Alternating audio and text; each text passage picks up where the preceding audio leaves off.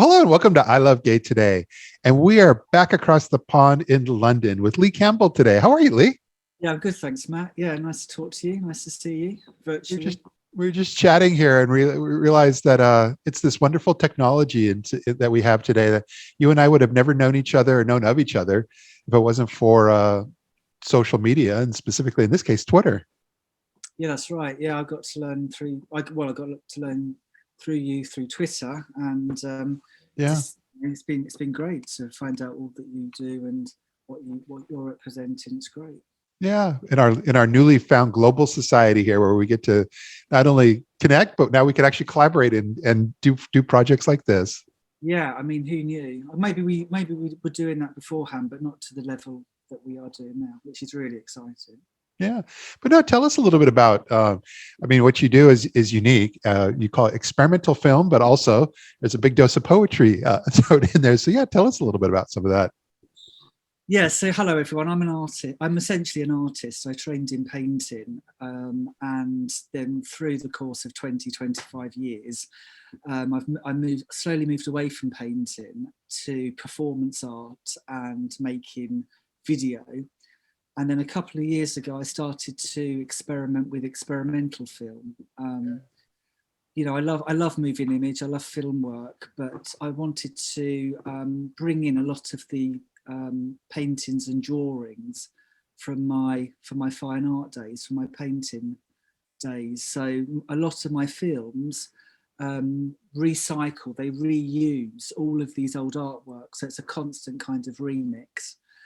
And I was submitting my films to different festivals and didn't think I'd get anywhere with it. And then suddenly all these festivals, they really took to the films. I thought, hang on, there must be something here. Yeah. And that was I think that came out of lockdown, because I think I had to use what was available to me. And so I used the things that were, like I say, available to hand, which was using all these old artworks and then replugging them back through moving image. So actually, although COVID, still is a terrible, awful thing, for me, it was also, because of that restriction, it was an amazing year of creativity and of reinvention. And then at the end of the year, in November, it was a Sunday morning, it was cold, and I didn't feel particularly, say I'm going to be creative.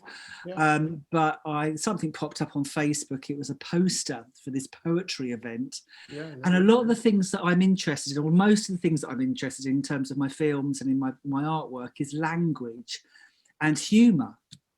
And someone said to me, a lot of your films have all these different, all this text, but you really come alive when you're speaking, when you're spoken word.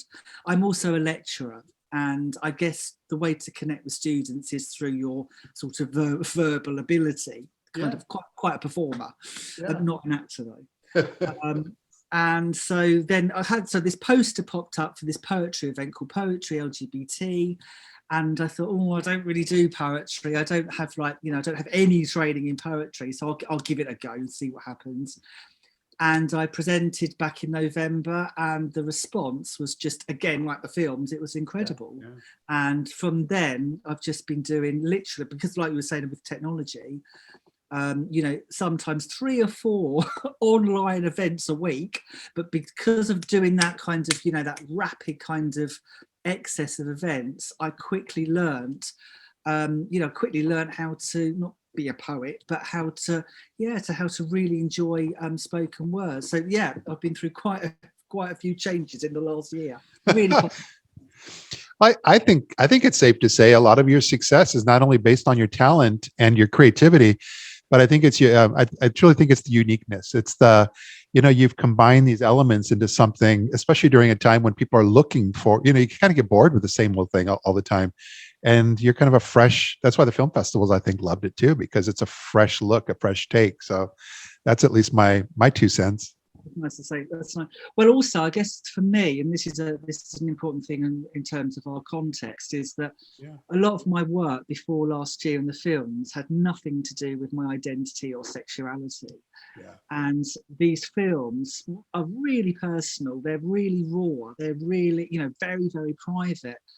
And I thought, why not? Let's see what happens when I put out these very, very personal stories, and people say it doesn't matter, whether I'm gay, straight, whatever, I can relate to them. There's a universality about them. And the one thing I think that people really get is the humour, the absurdity within them, even though that's what I think humour is so good for, because it can, you can use it to address really complex and quite personal stuff. And I think, again, that is also happening in the poetry as well. I'm saying these really personal things, but it's quite jokey, it's quite laughable, but actually it's quite painful at the same time. So you've got that kind of, I think, hopefully interesting paradox between painful and personal and fun, but it's also, slightly upsetting at the same time. But also emancipatory as well. Well, see, it's because of you that you've. I love the profile Poetry LGBT on Twitter, but there's quite a variety of incredible artists and performers there.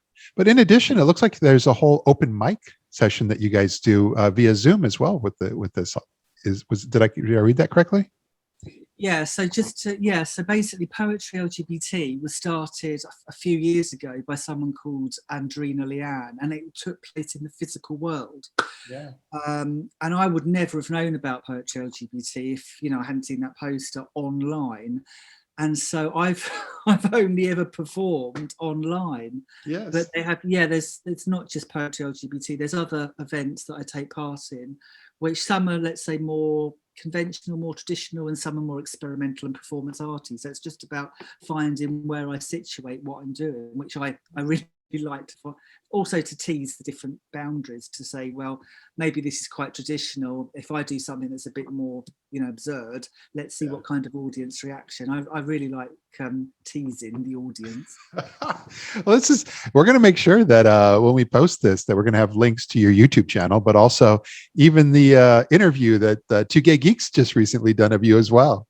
Yeah, that was great. It was so nice how that came about with Hamish, and they also focused, like you have done, on the poetry in the films, and particularly one of the films which is a kind of horror between myself and my partner and the dog that we dog sit. And we have this, I've been making this series of work which talks about the relationship I have with my partner, but also this dog called Rufus that it's not our dog, it's a dog that we dog sit, but I think Alex my partner would quite like to have Rufus full time. But Rufus is the antagonist. He's the sort of he kind of creates all these interruptions. And it's quite funny, but it's also, it reveals a lot about relationships and the complexities of relationships. And I guess someone said to me, well, why don't you just take it into, like, because quite a lot of my work's quite fun and quite playful. And I thought, oh, hang on, what about a horror, a murder?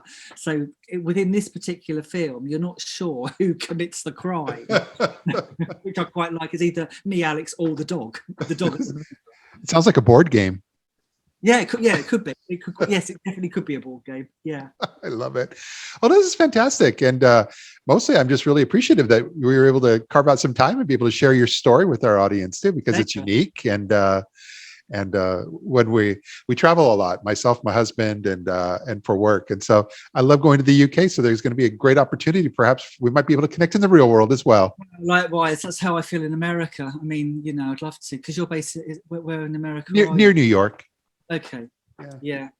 Because like all of these different festivals, I think I wouldn't been able to have gone to all of them, but I can do online. But because of the time difference, sometimes I have to be up at 3 a.m. or 2 a.m. to be able to attend the openings to these film festivals. Yes. 1 o'clock is 1:30, 1:45 is about the latest I can go to. I try to go to one at 4 a.m. I put my alarm on. Yes. Yeah. No, I totally understand. We're dealing with the same issues all the time with the productions we do and panels, and trying to make sure we include the UK and Europe, but then also can Asia and Australia be in there? It's tricky, but we found a few time slots that can work. Yeah. oh well, the wonders of, that's the one thing that internet can't change, you know, time, geographical. Yeah, exactly. But no, this is wonderful. And again, thank you for being here with us. And like I said, look forward to being able to connect in the real world. Yeah, I do hope so. All right. Well, thanks again for being here. Take care. Cheers. Bye.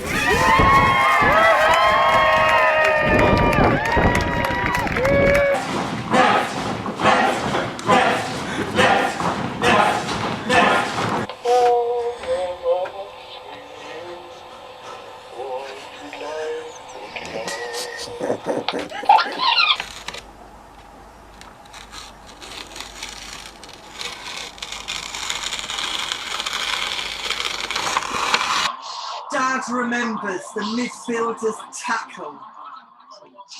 I remember the midfielder's tackle.